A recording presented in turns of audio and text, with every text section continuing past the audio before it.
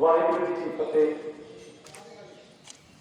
मैं पहला बेनती करूँगा मेरे वीरों को ਜਿਹੜੇ ਖੱਬੇ ਸੱਜੇ ਖੜੇ ਆ, ਚਾਹੇ ਇੱਕ ਚਾਹੇ ਦੋ ਚਾਹੇ ਤਿੰਨ, ਉਹ ਸਾਰੇ ਆਪਾਂ ਇੱਕ ਦੂਜੇ ਦੇ ਨੇੜੇ ਆ ਗਏ। ਬੇਨਤੀ ਹੈ ਕਿਉਂਕਿ ਜਦੋਂ ਕੁਝ ਆਪਾਂ ਪ੍ਰਾਪਤ ਕਰਨਾ ਹੈ ਤਾਂ ਇੱਕ ਦੂਜੇ ਦੇ ਸਭ ਤੋਂ ਪਹਿਲਾਂ ਆਪਾਂ ਨੂੰ ਨੇੜੇ ਹੋਣਾ ਪੈਣਾ। ਮੈਂ ਹਰ ਇੱਕ ਸਟੇਜ ਤੋਂ ਇੱਕ ਜ਼ਿਕਰ ਕਰਦਾ ਹੁੰਦਾ ਕਿ ਆਪਾਂ ਜਿਹੜੇ ਕਿਸਾਨ ਹੈ ਬੜੇ ਭੋਲੇ हिरन की भांति है, जिहड़ा प्रशासन है ये शेर की भांति है। जिहड़ा हिरन बग चों बाहर रह जाता है, मैं हमेशा जिक्र करदा वो शिकार हो जाता उहदा। इसलिए बेनती है कि जिन्हां दी भी जमीन आउंदी है, कोई खब्बे या सज्जे, वो पंडाल च आवे, पहला नेड़े आवे एक दूजे दे।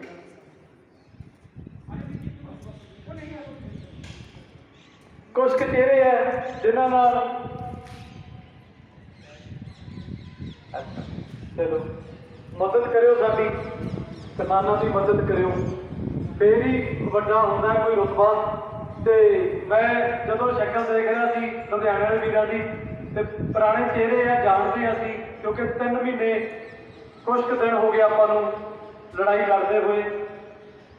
तो बड़ा वड्डा उपराला है कि देखो जो रोपड़ वाले का उन्होंने एक मैसेज पढ़िया तो तुहाडे विच आके तुहाडी मदद दे लई, तुहाडी गिनती वधाउण दे लई शरीक होए। तो ये थोड़े तो एक तरह नाल विड़ी चढ़ गई कि जिदन किते कोई लुधियाने प्रोग्राम है तो तुसीं ये ना सोचो कि रोपड़ वाले नहीं जाना, तो तुसीं भी उत्थे जाना है, इन्हां दा सहारा बनना है। अज एक मन दे विच जिवें कहंदे सी कि शंका सी, ते मैं बड़ा एक वड्डा गुनाह करदा जा रहा सी 3 महीनों तो। जदों किते कोई मीटिंग हुंदी सी तो मैं रोपड़ का एक प्रधान अपने को बिठा दिंदा सी कि जी रोपड़ वाले भी शिरकत कर रहे हैं, तो रोपड़ वाला भी प्रधान बैठा है। मैं रोपड़ को किते पिछे नहीं छड्डिया सी, पर रोपड़ असलीयत में सब तो पिछे सी। थोड़े नाल एक साडा जिला मोगा सी, मोगे ते असीं रोपड़ का प्रधान आरजी तौर पर कि सरकार को एका दिखाउण दे लई असीं काम चला रहे थे। पर अज थोड़े रोपड़ लई ताड़ियां बनदियां कि अज रोपड़ वो जिहड़ा एक पाड़ा सी वो तुसीं अज भरता। ते अज मैनूं विश्वास है कि जदों हुण असीं किते मीटिंग दे विच जावांगे ते रोपड़ दा प्रधान साडे मोढे नाल मोढा ला के साडे बराबर बैठा होगा। मेरे वीरो, सरकार दे नाल लड़ाई है, बड़ी औखी लड़ाई है, बहुत औखी लड़ाई है, क्योंकि सरकार ने मंशा बना ली कि किसानों को लुटना है। सरकार ने मंशा मन इरादा बना लिया कि असीं किसानों को लुटना है। तो पता नहीं क्यों कुछ किसान हजे घर बैठे सोची जाते हैं कि जो सरकार लुटना चाहती है की फर्क पैंदा तो लुट लैणगे। वो सोची जाते हैं, घरे बैठे हजे भी सोची जाते हैं। उन्होंने अपने बुजुर्गों की कमाई की चिंता नहीं, ये सोच रहे हैं कि ठीक है सरकार जो दे दूगी तो ले लांगे, तो लड़के की कटांगे, कल्ले कल्ले है, बड़ा कुछ सोचते हैं जी किसान।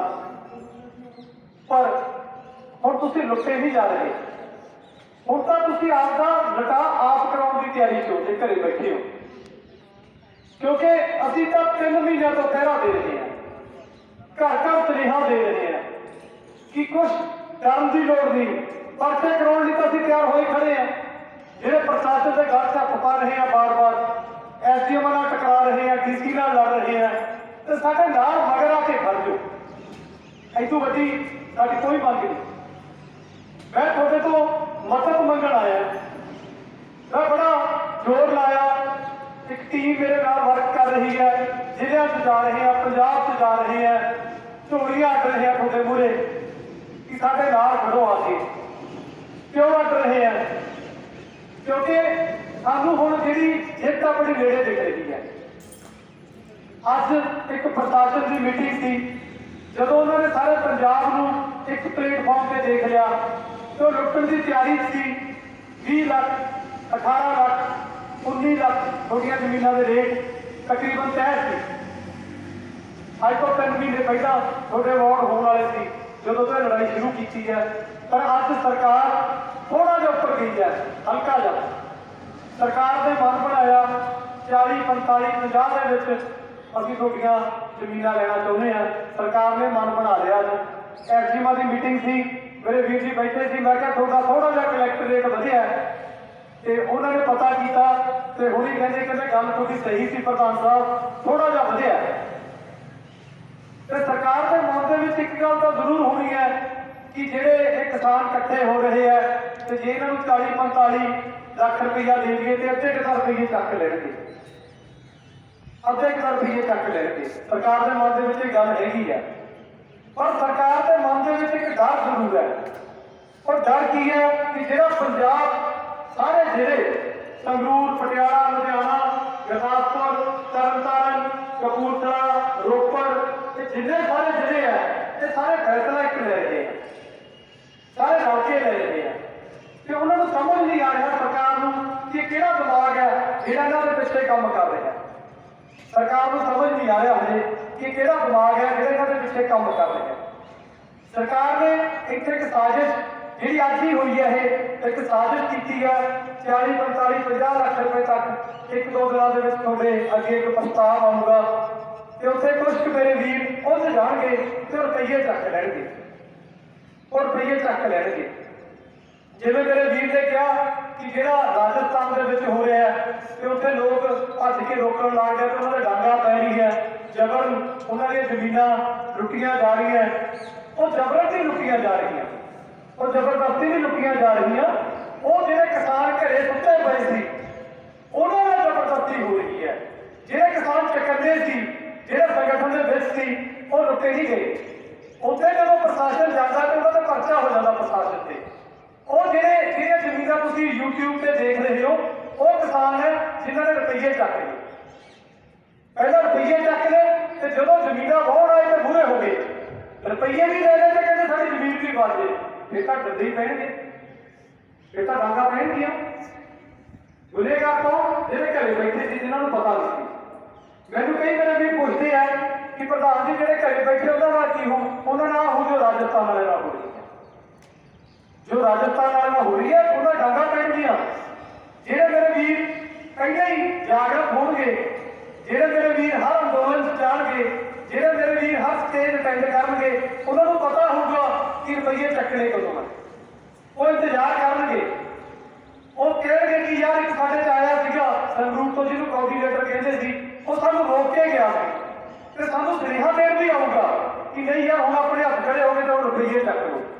मेरे वीर ने एक सवाल किया, कहते सड़क रुक सकती है, प्रोजेक्ट रुक सकता है, तो मैं बड़ा इस चीज़ के पिछे बड़ा यतन किया, बड़ी मेहनत की तो अखीर मैनू 2-3 गलों का पता लग्या जो मैं थोड़ा दसूँगा फैसला तुसीं करना है, जो थोड़ा फैसला होगा सिर मत्थे होगा। तो जो उसकी जानकारी ली, जानकारी मैंने एक गल पता लगी कि जो सड़कों का प्रोजेक्ट होता है या नहरों का प्रोजेक्ट होता है या रेलवे का प्रोजेक्ट होता है ये रोक नहीं सकते, ये प्रोजेक्ट रोक नहीं सकते। चाहे असीं सुप्रीम कोर्ट से जाइए, चाहे असीं जिहड़ी मर्जी कोर्ट से जाइए, तो सरकार के हक में फैसला हो जाता है। जे इहनूं रोकना है तो मेरे तो इन्नी हिम्मत है नहीं कि मैं रोक सका, तो बड़िया कुर्बानियां देनियां पैणगियां। जिहड़े नौजवान बच्चे है अजकल एक 2-2 बच्चे है, तो मैं नहीं चाहता कि पंजाब हुण फिर उस पठान के विच जावे कि साडे जिहड़े बच्चे है या साडे बजुर्ग है वो फिर शहादतां देण तो बड़ा औखा है।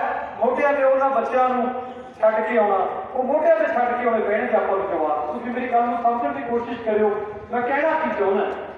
पर जब मैं किसानों की मुश्किलां देखियां, मैं पिंड गया, मैं जिलियां दे विच गया, तो मैं जब उन्होंने मुश्किलां देखियां तो मेरे किसान भरावां दे पिछे बैंक वाले बड़े पए हुंदे आ, एक कर्जे लए हुंदे आ ते बैंक वाले मगर आउंदे तां आपां कहंदे आ कि चलो जी आ हाड़ी भर दांगे सौणी भर दांगे, तो असीं वो समा टपाई जांदे आ। ते हुण भी जदों आपां कहंदे आ कि चलो जी ऐ नहीं तां आपां जमीन वेच के कर्जा लांगे या जमीन वेच के बच्चों को बाहर भेज दिए, तो बड़ा एक दुखार होता है जो असीं जमीन वेच के बच्चों को बाहर भेजते हैं या असीं बैंक दीयां लिमिटां पूरीआं करते हैं, तो असीं शाम को अंधेरे हुए पिंड दे विच अपने घरे आउंदे हैं। बड़ी शर्म महसूस करता किसान। तो जो मैं मुश्किलों के निकलिया तो मेरे दिमाग के तो एक गल आई कि यार जो चंगा मुआवजा मिल जाए तो मैनू लगता है कि हादसा देखता हूँ समा नहीं कि पंजाब पहला बहुत पिछले चला गया। एक पानी का थोड़ा मसला पता होना भी सी, पानी का हरियाणे नाल अपनी एक बड़ी वड्डी जंग सी तो उदों सिंघां ने चंद एक बंदे सोधे सी तो सुक गई उत्थे पानी भी उस नदी विच ही आया और वो समा सीगा कि सिंह जिम्मेवारी चक लेंदे सीगे। ते हुण जिहड़ी ये लड़ाई है मैनूं नहीं लगदा कि इस लड़ाई दे विच कोई इहो जिहा सूरमा नितर के मूहरे आऊगा कि वो जिहड़ा कहदे कि मैं कुर्बानी देण लई तैयार है तो मैं प्रोजैक्ट बंद करा दूंगा। तो वैसे लोड़ भी नहीं, जे चंगा मुआवजा मिलता है तो मैं तुहानूं गुमराह नहीं करूँगा, इत्थे मैं तुहानूं पुट्ठे राह नहीं करते नहीं पाऊँगा। जे चंगा मुआवजा मिलता है तो मैनूं लगता है कि आपां नूं कोई चंगा डिसीजन लैके ते किसी चंगे राह पर जाना चाहिए। फिर पर हालात जिहड़े होने हैं वो बड़े बदतर हो जाने हैं, जिहड़े हालात आ पंजाब तो बड़े बदतर हो जाने हैं क्योंकि जिहड़ा रकबा जा रहा है, जिहड़ा अपनी जमीनां जा रही 25,000 किला जा रहा है। तो मैं जो किसी प्रशासन अधिकारी सामने गल करदा तो कहता नहीं जी घट जा रहा है, तो मैं क्या सारे पंजाब की गल कर रहा, मैं कभी कटड़ा एक्सप्रैस वे की गल नहीं कर रहा। जिन्ना पंजाब दी जिन्नियां सड़कां 25,000 एकड़ कित्थे लवांगे जमीनां, पंजाब तो मिलदियां नहीं ते जे मिलियां भी ते जे तुहानूं अज 50 लाख रुपया किले का मिलूगा तो जब तुसीं जमीनां लैण जाओगे तो सारियां 50-50 60-60 लाख दियां हो जाएंगे क्योंकि रुपये बहुत हो जाने हैं, जमीनां नहीं मिलनियां। एक मेरे वीर ने एक सवाल किया कहते प्रधान जी जी बुर्जियां लाइया कि आप बुर्जियां पट दईए, सवाल मेरे को बड़ी वारी आता है आप बिल्कुल पटांगे पर कले कले ना पटिओ। ये सारा पंजाब उधर एक आवाज़ कढूगा, सारा पंजाब एक आवाज़ कढूगा तो कितने पट के सटकी आउणी है वो समा फिर स्थान भी आप निर्धारित करांगे कि वो बुर्जियां अब जो मैं कले ने पट के सरकार को नहीं पता लगना। जो तुम सारे पटोगे एक बारी जिहड़ा काम करना सारे पंजाब से एक बारी करना है, जो डिसीजन लेना एक बारी लेना है, पैसे चकने तो इकट्ठे चकने, नहीं चकने तो नहीं चकने। मेरे वीरों सब तो पहला तुहाडा जिहड़ा काम करने वाला है सानूं एक तां तुसीं जिहड़ा प्रधान जरूर दो, जिहड़ा मैं तुहानूं काम कह रहा ये बहुत जरूरी है क्योंकि असीं हर जगह पे एक जाली प्रधान बिठा के गड्डी चला रही है, झूठ का सहारा लेके असीं गड्डी चला रहे हैं पर हुण वो लोड़ सानूं महसूस नहीं होनी। हुण जिहड़ा हैगा आपां इत्थों दे जिहड़ा कोई भी प्रधान तुसीं रोपड़ दा स्थापित करो, एक कमेटी बनाओ जिहदे ते एक WhatsApp ग्रुप होवे, सारिआं नूं आपां सुनेहा दे सकीए। उहदी ते जिहड़ा सब तो जरूरी काम की है करन वाला कोई भी प्रशासन का बंदा तुहाडे खेत च आउंदा है कानून नूं हत्थ च नहीं लैना। ये नहीं कि तुम कुट्टन लग जाओ तो कह दो सानू प्रधान कह के गया कि कुट के भजाता, ये वैसे चोर है, ये डरते है। तुम सच्ची गल करो कि साडी जमीन है भाई तू ये किवें आ गया, वो कहूगा सानू सरकार का हुक्म है, हुक्म वाली अर्जी दिखा दे, उदा कोई अर्जी नहीं होती।